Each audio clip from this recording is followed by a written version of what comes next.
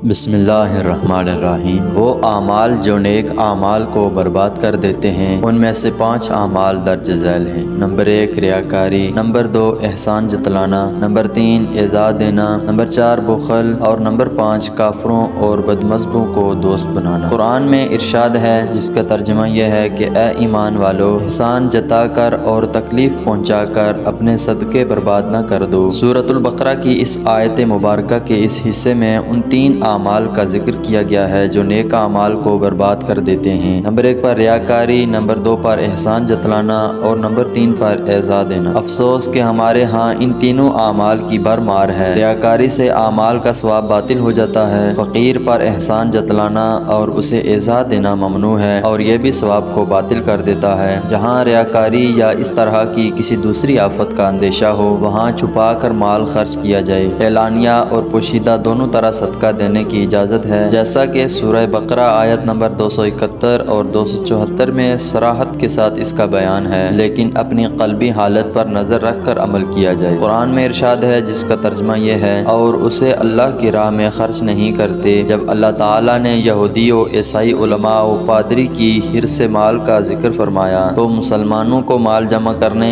اور اس کے حقوق ادا نہ کرنے سے خوف دلاتے ہوئے فرمایا کہ وہ لوگ جو سونا اور چاندی جمع کر رکھتے ہیں اور اسے اللہ تعالیٰ کی راہ میں خرچ نہیں کرتے انہیں دردناک عذاب کی خوشخبری سناؤ۔ قرآن میں ایک اور جگہ ارشاد ہے جس کا ترجمہ یہ ہے اور ظالموں کی طرف نہ جھکو ورنہ تمہیں آگ چھوئے گی۔ اللہ تعالیٰ کی نافرمانیوں یعنی کافروں، بے دینوں اور گمراہوں کے ساتھ میل جول، رسم و راہ، مودت و محبت، ان کی ہاں میں ہاں ملانا، ان کی خوشامد میں رہنا سب ممنوع ہے۔ اللہ پاک سے دعا ہے کہ ہمیں ان تمام اعمال سے بچنے کی توفیق عطا فرمائے جو نیک اعمال کو برباد کر دیتے ہیں۔